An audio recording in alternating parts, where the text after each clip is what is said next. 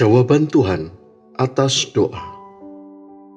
Tentang hal itu, aku sudah 3 kali berseru kepada Tuhan, supaya utusan iblis itu mundur daripadaku.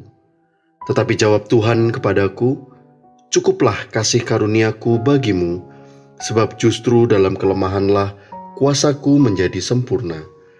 Sebab itu terlebih suka aku bermegah atas kelemahanku, supaya kuasa Kristus turun menaungi aku." 2 Korintus 12 ayat 8 hingga 9. Sejak tanggal pernikahan kami merindukan segera memiliki anak. Bahkan seluruh keluarga besar pun merindukan hal yang sama.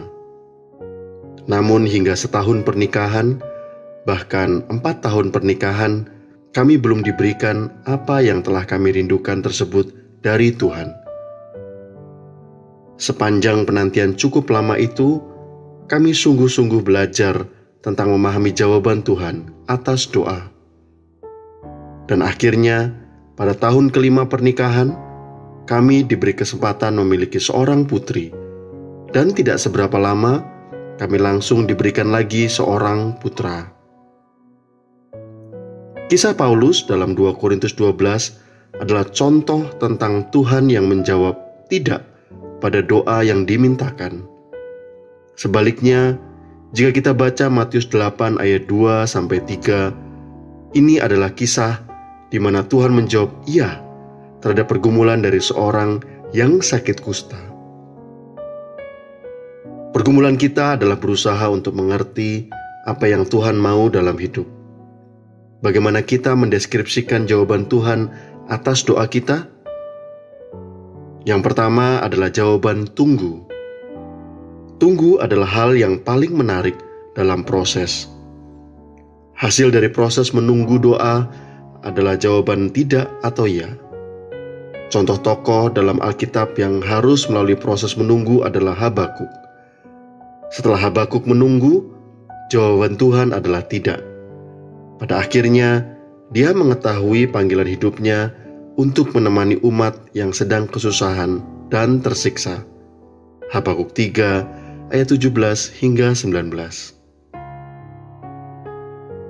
Yang kedua, jawaban iya. Ketika Tuhan menjawab iya, ada 2 pemahaman. Yang pertama, doa yang menjadi keinginan kita sama dengan keinginan Tuhan. Yang kedua, jawaban Tuhan melampaui doa kita. Namun jangan menjadi sombong rohani, karena kesombongan akan membawa kejatuhan rohani dalam hidup kita. Yang ketiga, jawaban tidak. Sebagai manusia, pasti punya cita-cita dan pengharapan dan ingin menjadi lebih dari orang lain. Ketika Tuhan menjawab tidak, biarlah hati kita tidak menjadi tawar. Paulus mengatakan bahwa dia rela kesulitan dalam mengikut Kristus. 2 Korintus 12 ayat 9.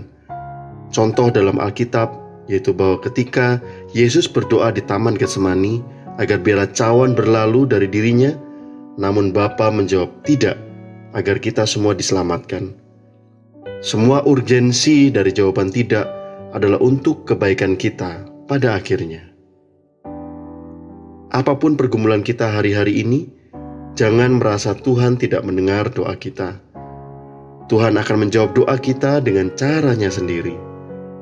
Belajarlah menunggu secara konsisten sambil menjalani proses, sehingga kerohanian kita bertumbuh dan percaya suatu hari kita akan menerima kebaikan dari Tuhan. Roma 8 ayat 28. Jawaban doa adalah hak dan kedaulatannya. Sedangkan tugas kita menjalani proses dalam menunggu jawaban tidak atau ya.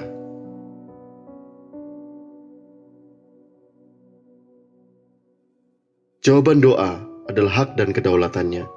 Sedangkan tugas kita menjalani proses dalam menunggu jawaban.